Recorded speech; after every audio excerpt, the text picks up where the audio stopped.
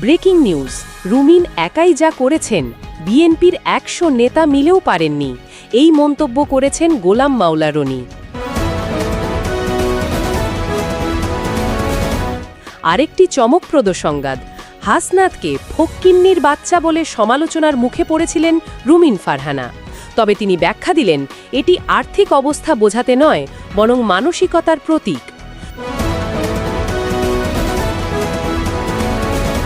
চট্টগ্রামের বাঁশখালীতে বিএনপি জামায়াতের তুমুল সংঘর্ষ। এই ঘটনায় অন্তত ১০ জন আহত। পরিস্থিতি নিয়ন্ত্রণে আনতে দ্রুত ঘটনাস্থলে পুলিশ মোতায়েন। এবং আরেকটি গুরুত্বপূর্ণ সংবাদ, মানুষ আর হাসিনা মার্কা নির্বাচন হতে দেবে না, হুঁশিয়ারি উচ্চারণ করেছেন জামায়াত নেতা মোহাম্মদ সেলিম উদ্দিন। এই ছিল সর্বশেষ ব্রেকিং নিউজ আপডেট। এখন শুনছিলেন সংবাদ শিরোনাম, এবারে বিস্তারিত। Breaking news. ঢাকা থেকে এখনই আসছে একটি বড় রাজনৈতিক বার্তা। জামায়াতে ইসলামীর কেন্দ্রীয় নির্বাহী পরিষদ সদস্য এবং ঢাকা মহানগরী উত্তরের আমির মোহাম্মদ সালিম উদ্দিন ঘোষণা দিয়েছেন, এদেশের মানুষ আর হাসিনা মার্কা নির্বাচন হতে দেবে না। তিনি বলেন, যদি নির্বাচনী কেন্দ্র জবরদখলের চেষ্টা হয় তবে জুলাই বিপ্লবীরা জনগণকে সঙ্গে নিয়ে প্রতিরোধ গড়ে তুলবে। এখন সময় ইতিবাচক রাজনীতির, নেতিবাচক রাজনীতির অবসান ঘটাতেই হবে।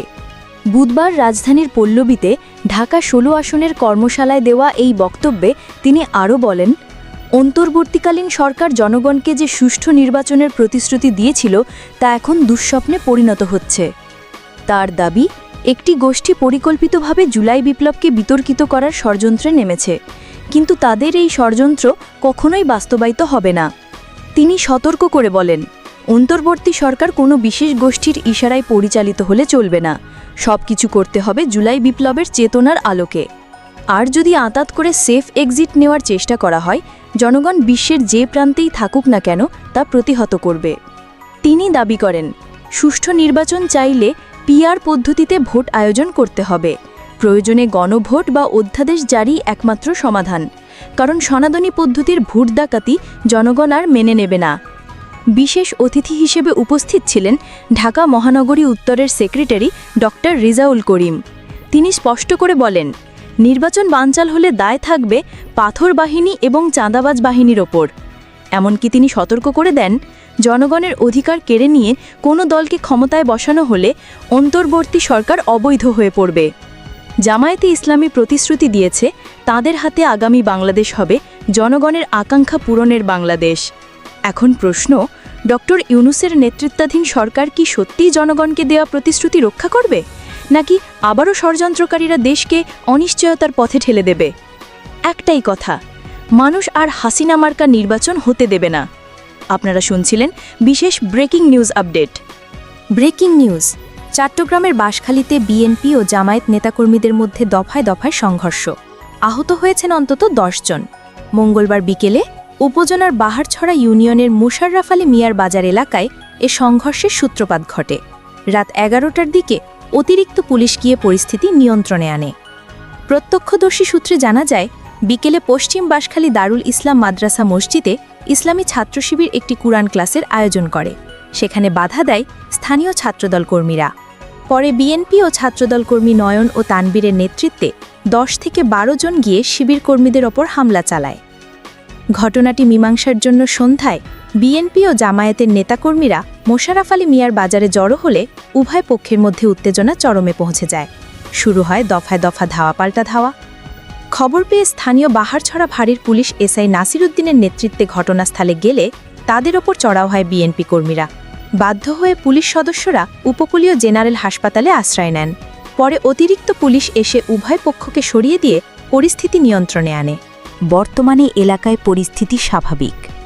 রাজনৈতিক উত্তেজনায় রক্তক্ষয়ী সংঘর্ষ, পুলিশের উপর হামলা এবং জনগণের আতঙ্ক। বাঁশখালীতে মঙ্গলবারের ঘটনাটি আবারও সামনে আনল দেশের রাজনীতির অস্থির চিত্র। Breaking news. জাতীয় রাজনীতিতে ফের উত্তেজনা। এনসিপি নেতা হাসনাত আবদুল্লাহকে উদ্দেশ্য করে দেওয়া ফকিন্নির বাচ্চা মন্তব্যের ব্যাখ্যা দিলেন বিএলপির সহ আন্তর্জাতিক বিষয়ক সম্পাদক ও সাবেক সংসদ সদস্য ব্যারিস্টার রুমিন ফারহানা। সামাজিক যোগাযোগ মাধ্যমে পোস্ট ঘিরে দেশজুড়ে তুমুল সমালোচনা শুরু হবার পর একটি টেলিভিশনের টক শোতে রুমিন ফারহানা সরাসরি তার বক্তব্যের ব্যাখ্যা দেন। তিনি বলেন, ফকিন্নির বাচ্চা শব্দগুচ্ছ কোনো ব্যক্তির আর্থিক অবস্থাকে বোঝায় না, বরং এটি একটি মানসিকতা বা চিন্তাধারাকে নির্দেশ করে। রুমিনের ভাষায় ফকিন্নির বাচ্চা আসলে একটা মাইন্ডসেট।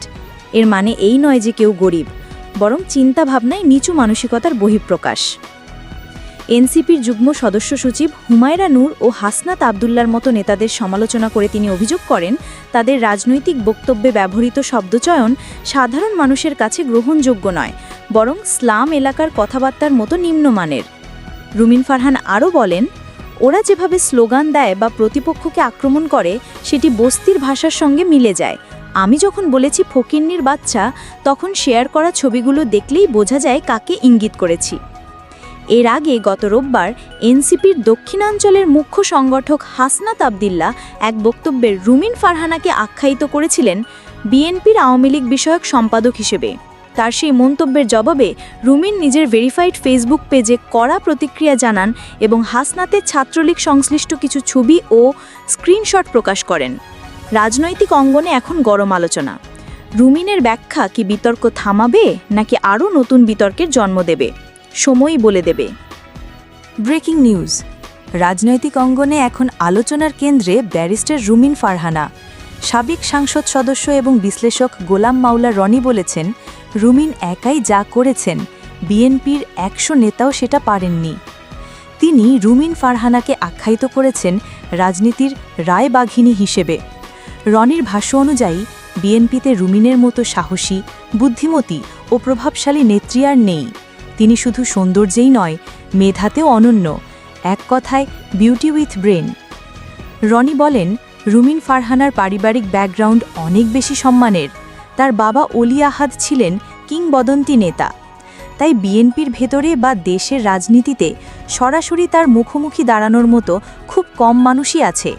তিনি উদাহরণ দিয়ে বলেন, এমনকি সালাউদ্দিন কাদের চৌধুরীর মতো কঠিন রাজনীতিকও যদি তাকে প্রশ্ন করতেন, রুমিনও পাল্টা জবাব দিতে দ্বিধা করতেন না। তার কণ্ঠে আছে আপনি কে বলা সাহস।